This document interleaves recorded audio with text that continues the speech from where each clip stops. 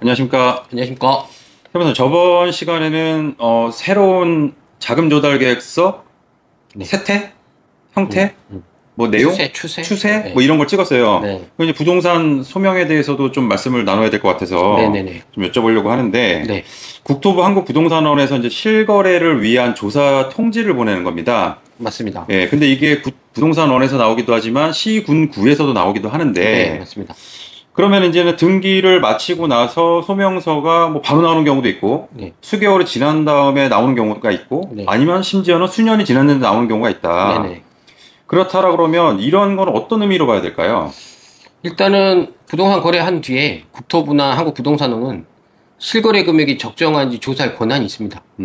그래가지고 그 과정에서 이상 거래로 판단되면 매수인이나 매도인, 그리고 중개사, 셋한테 소명 거래를 요청하는 거거든요. 근데 예를 들어서 이게 나오는 거는 이제 시세보다 지나치게 낮거나 높은 거래, 아니면 가족 간 거래처럼 특수관계인이 개입된 경우, 그리고 조달 계획서를 딱 봤는데 이상한데? 이런 거 있잖아요. 현금이 많다든가 이런 부분에 대해서는 나오고 있습니다. 그렇군요. 네. 그래서 이제 소명이 나온다는 것은 무언가 문제가 있다거나 네. 아니면 그 지역 자체가 뭐 그렇게 보여지는 경우 그럴 수 있죠. 뭐 그럴 수가 있는 거겠죠. 네. 근데 이제 단순하게 거래를 했다는 이유만으로도 올 수 있다는 얘기들이 또 돌아요. 네, 맞습니다. 네, 그 요청에 대해서는 어떻게 대응을 해야 되나, 그리고 어떻게 생각하시는지 궁금합니다. 무엇보다도 이제 첫째는 전 시간 말한 것처럼 자금 조달 계획서를 잘 쓰는 게 중요하고, 또 하나는 소명 요청이 나왔다. 그러면 나에게 이것이 왜 왔을까를 고민하는 것보다는 그냥 대응을 하시는 게 맞다고 생각하시면 됩니다. 네네. 무엇보다 중요한 거는 이제 정해진 기한 내에 성실하게 소명을 하셔야 되고, 보통 한 7일에서 10일, 2주 정도의 기간을 주거든요. 그때 이제 제출하는 안내가 같이 오는데 이 기간을 넘지 않아야 되는 게 중요하고, 혹시 넘게 될 것 같으면 담당자한테 먼저 전화를 해서 기한 연장을 신청할 수 있습니다. 그리고 이제 내용이 불성실하면은 이게 통보돼서 세무조사를 받을 수 있기 때문에 좀 조심하셔야 됩니다. 그렇다면은 소명서를 어떻게 준비해야 될까요? 일단은 소명서는 단순한 진술만 하셔가지고는 안 되고요.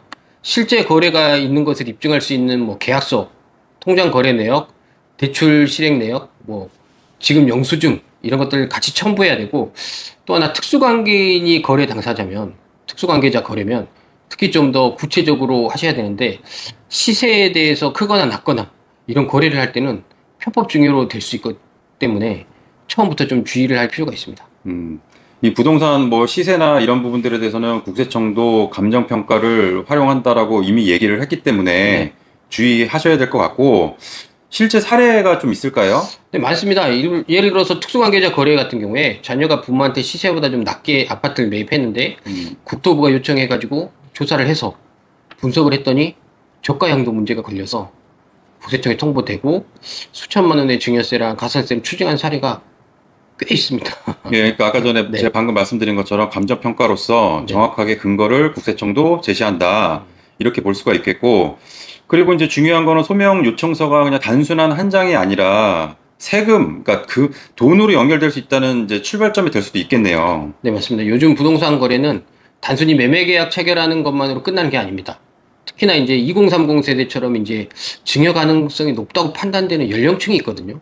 이게 사회생활을 한 지 오래되지 않은 경우에는 증여로 의심을 많이 받기 때문에 출처에 조심하셔야 되고, 또 하나는 특수관계인 거래는 시세와 너무 차이 나는 거래는 필수적으로 들여본다고 보시면 됩니다.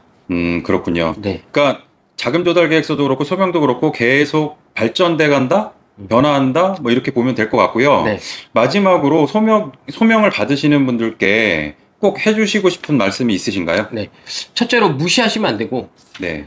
반드시 기한 내에 대응을 하셔야 되고, 둘째로 가능한 사실과 동일한 객관적인 증빙 자료를 일치시켜서 준비하시는 게 필요하고요. 네네. 마지막으로 혼자서 대응하기 힘드시면 뭐 전문가, 뭐 세무사나 부동산 전문가나 해서 도움을 받는 게 가장 안전한 방법입니다.